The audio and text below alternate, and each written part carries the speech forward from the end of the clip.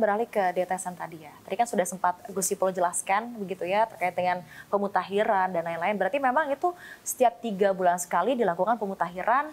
Berarti itu setiap diberikan juga manfaatnya? Iya, pada triwulan berikutnya. Berarti tiap triwulan tuh ada pemutahiran tadi? Pasti nanti akan ada hasil koreksi setiap 3 bulan. Maka itu nanti ke depan juga akan banyak buka rekening kolektif. Jadi ini terus kita perbaiki terus datanya. Sehingga kita bisa menjawab ya harapan banyak pihak. Ini bukan karena mau saya.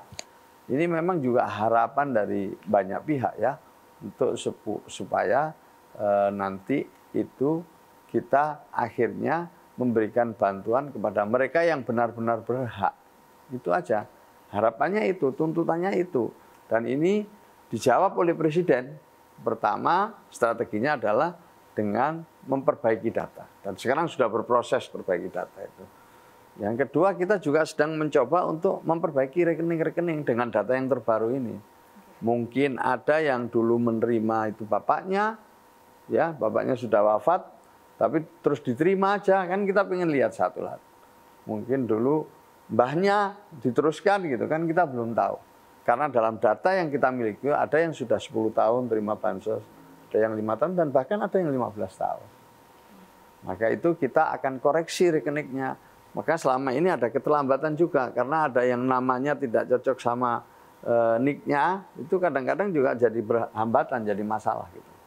Nah, tapi itu hambatannya terus kita atasi, ya kita coba secepat mungkin kita koreksi, karena sesungguhnya Kementerian Sosial atas arahan Presiden pengen juga secepatnya salur.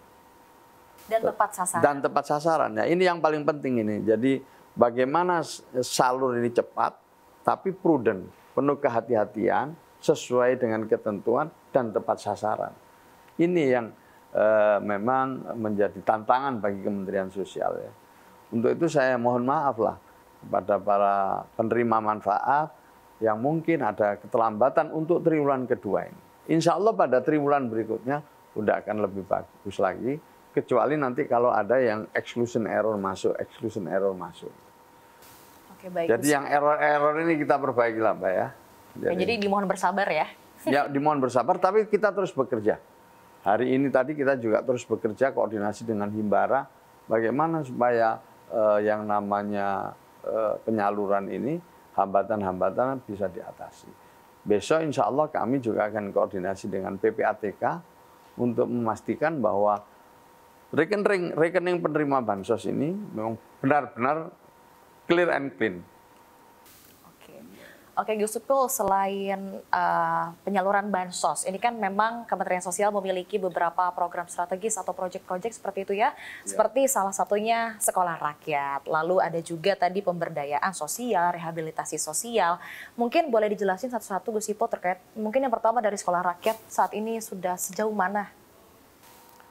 Ya, selain kita memiliki program-program reguler ya yang sudah tadi saya sampaikan, memang ada penugasan dari Presiden lewat Inpres nomor 8 tahun 2025 tentang penyelenggaraan sekolah rakyat.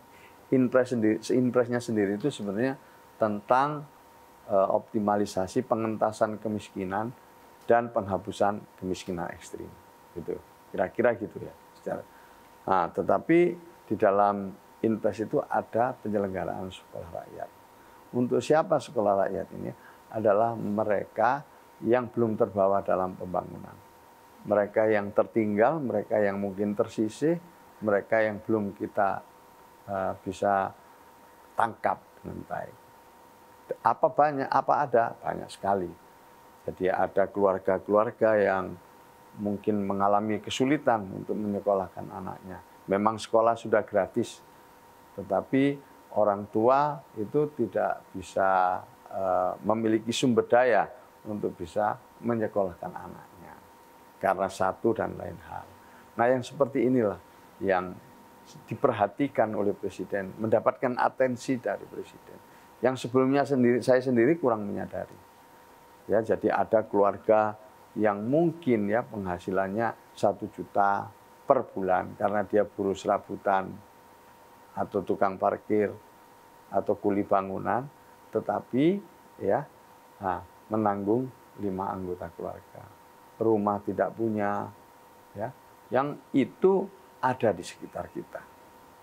Maka Presiden ingin memberikan kesempatan kepada keluarga-keluarga yang seperti ini untuk memperoleh pendidikan dengan lingkungan yang berkualitas. Kita tahu banyak saudara-saudara kita yang putus sekolah, ya, atau tidak melanjutkan sekolah. Karena data memang menunjukkan kalau orang tuanya itu SD gitu, anaknya juga tidak jauh, tamatnya itu paling SD atau SMP putus. Itu data ya, tidak semua. Tidak semua.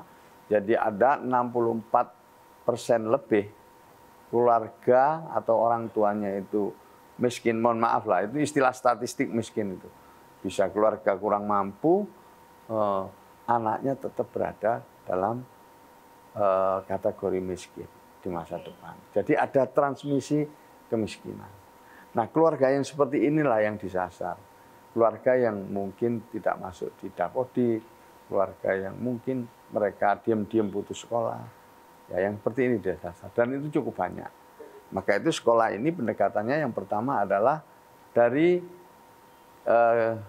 kondisi keluarga. Nah, dari sini kita lihat lagi pada DTSEN. DTSEN itu kan datanya sudah berjenjang. Ada desil 1, desil 2, desil 3 gitu. Desil 1 itu katakanlah 10% kelompok paling bawah. Nah, mereka yang dalam statistik disebut miskin ekstrim dan miskin itu. Jadi harus di sana datanya. Setelah ada data di situ, kita cek ke lapangan.